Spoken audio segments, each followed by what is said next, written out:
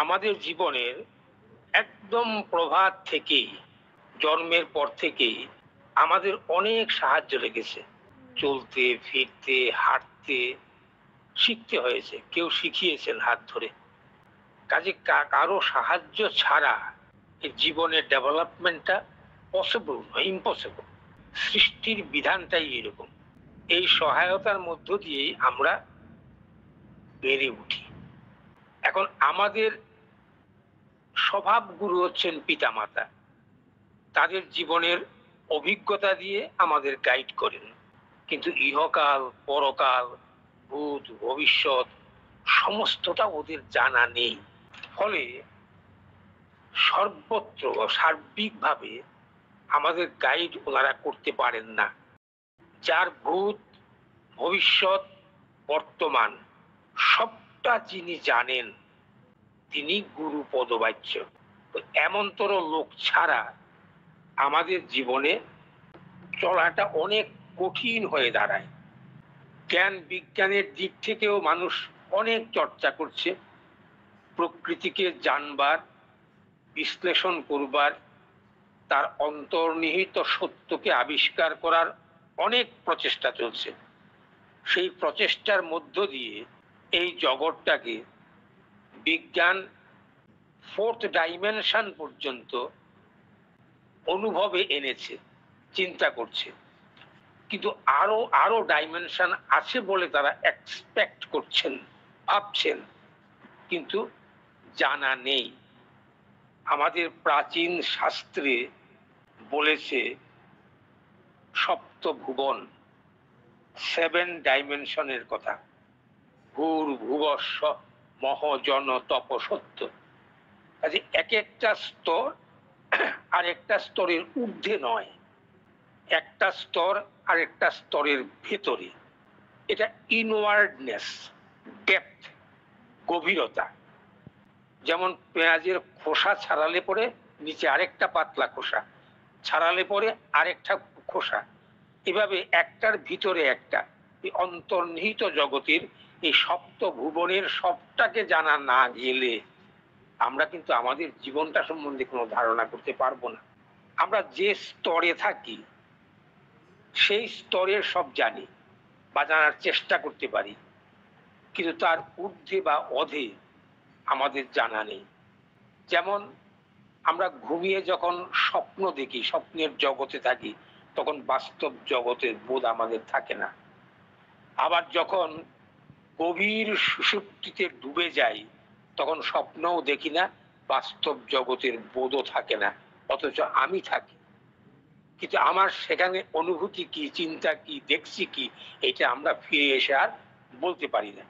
কাজে এই সবটা স্তরেই আমি যখন যেখানেই থাকি না কেন, ওই সবটা স্তরেই যিনি আমাকে গাইড করতে পারেন, পরিচালনা করতে পারেন, আমাকে ডাইরেকশন দেখাতে পারেন, ডেভেলপমেন্টের রাস্তায় নিয়ে যেতে পারেন, তাকেই গুরু বলে। গুরু মানে এই নয় কানে এসে মন্ত্র ফু দিয়ে দিল আর গুরু হয়ে গেল, তা নয়।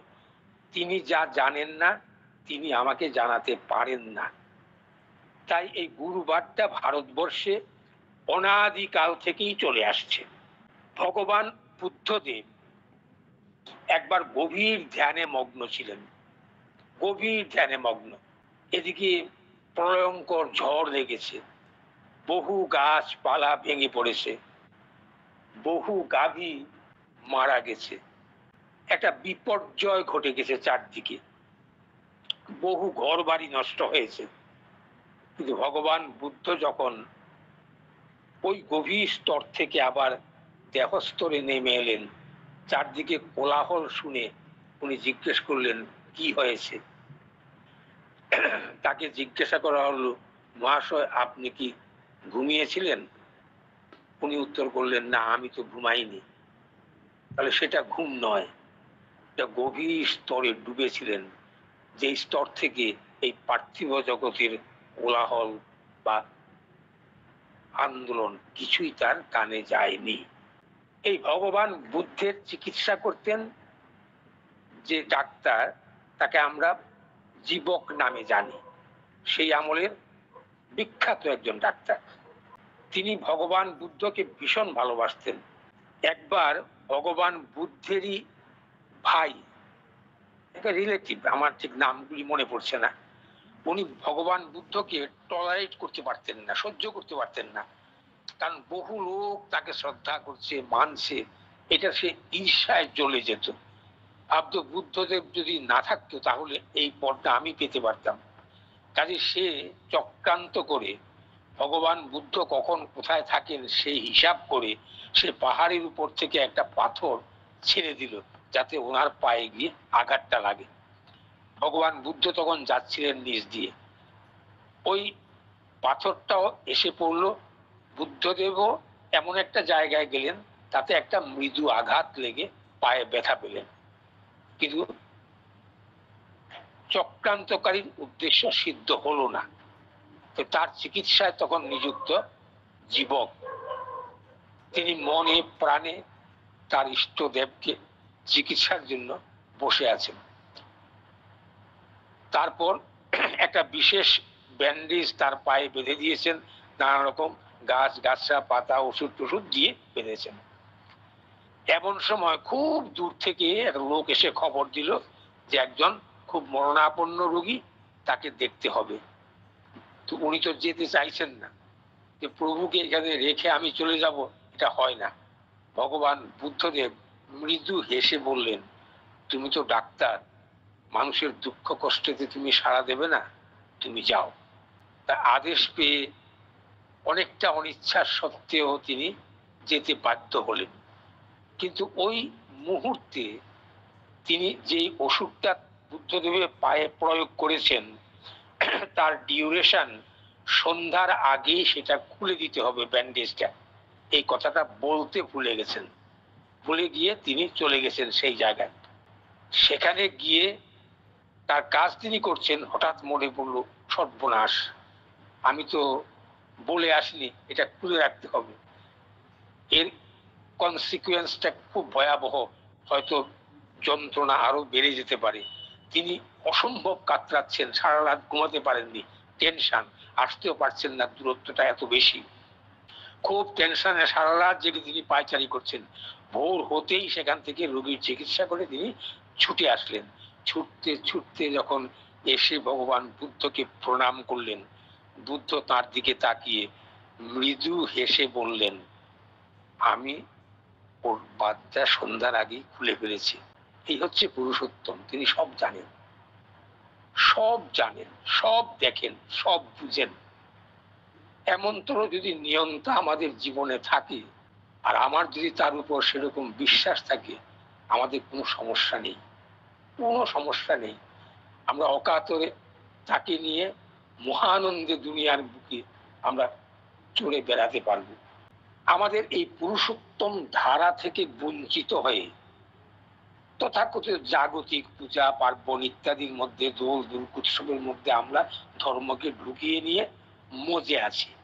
কিন্তু পূজা, পূজা মানে কিন্তু ফুল বেলপাতা আর তিল দিয়ে ছিটিয়ে, জল দিয়ে ছিটিয়ে প্রণাম নিবেদন, এইটাই পূজা নয়। পূজা কথাটারই একটা বিকৃতি হয়ে গেছে।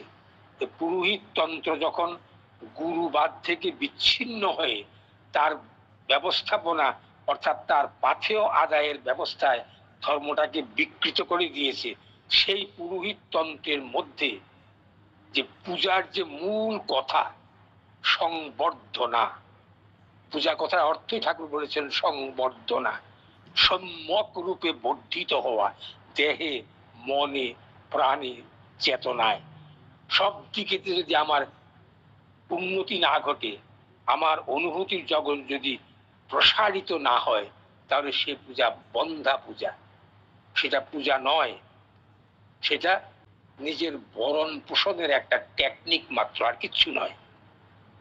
সেদিন কথায় কথায় পূজ্যপাদ শ্রী শ্রী বাবাই দাদা বলছিলেন যে মানুষের বোধ, বিবেচনা, অনুভূতি ও হৃদয়ের প্রসারণ, এটাই হচ্ছে পূজার মূল কথা।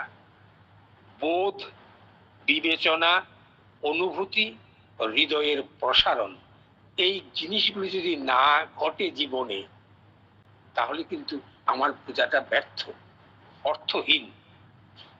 ভগবান যিশু এক কথায় বলেছেন, I come from above and you come from below.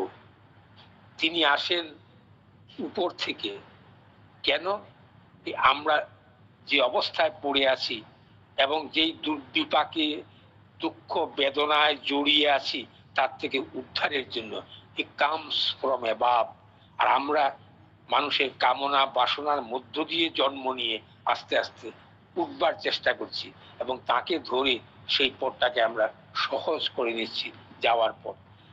কাজে যিশুর যে ভগবানের যিশুর যে কথাটা, I come from above you come from below, উনি আরেকটা কথা বলেছেন, he who is not with me is against me and who does not gather with me scatters. যে আমার সঙ্গে নয় সে কিন্তু আমার এগেইনস্টে, মধ্যপন্থা নাই। হয় তাকে মানবো, নয় আমার ইগোকে মেনে চলবো। পৃথিবীতে গাইড হচ্ছে দুইটাই, ইষ্ট আর ইগো।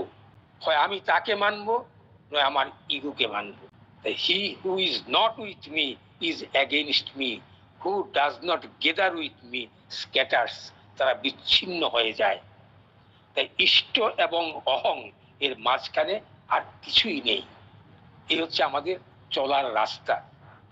আর এই দুনিয়ার বুকে আজ শ্রী শ্রী ঠাকুর অনুকূল চন্দ্র আমাদের কাছে সমস্ত জিনিসটাকে এত ক্ল্যারিফাই করে দিয়েছেন, পরিষ্কার করে দিয়েছেন যে এই পথে চলা ছাড়া একটা রয়্যাল রোড তৈরি করে দিয়েছেন, যে অন্য কোনো পথে ডেভিয়েট হওয়ার স্কোপ নেই যদি আমি ইচ্ছা করে প্রবৃত্তি তাড়িত হয়ে তাকে উপেক্ষা করে চলার চেষ্টা না করি। দেখুন, দীক্ষা অনেক হয়েছে। ঠাকুর কোটি কোটি দীক্ষা চেয়েছিলেন।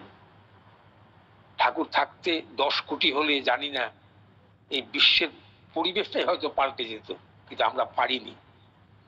কিন্তু এখন পর্যন্ত 3 কোটি উপর হয়েছে বলে আমরা জানি, শুনেছি। কিন্তু দেখা যায় সবাই অ্যাক্টিভলি জড়িত নয়, নিয়েছে কিছু করে না। তাতে নিজের জীবনেরও কিছু সমস্যা মিটছে না, আর পরিবেশটাকেও সেই গাড্ডায় আমরা ফেলে রেখেছি। কাজে এই জন্যই আজ এই ডিপি ওয়ার্ক চলছে। ডিপি ওয়ার্কের মূল কনসেপ্টটা হচ্ছে ওই আর হারিয়ে যাওয়া লোকগুলিকে কুড়িয়ে আনা, হারিয়ে যাওয়া লোকগুলিকে কুড়িয়ে আনা। ভগবান যিশু বলছেন, আমার হারানো মেষগুলিকে এনে দাও। ওই সবাইকে আনলে, তার মাল্টিপ্লিকেশন করতে শুরু করলে বিশ্বব্যাপী এক মহা আন্দোলন তৈরি হবে, যার মধ্যে জয়, যশ, আনন্দ এবং বৈরাগ্য প্রত্যেকটা মানব জীবনকে, প্রত্যেকটা পরিবারকে, সমাজকে, রাষ্ট্রকে একটা নতুন দিশা দেখিয়ে দেবে, যার মধ্য দিয়ে আমরা সবাই সমবেত হয়ে বলে উঠতে পারবো, বন্দে পুরুষোত্তমম। ও তার মধ্য দিয়ে আমাদের পৃথিবীর প্রত্যেকটা মানুষের মুক্তি। আমি এইটুকু বলেই শেষ করলাম। বন্দে পুরুষোত্তমম। জয় গুরু, জয় গুরু।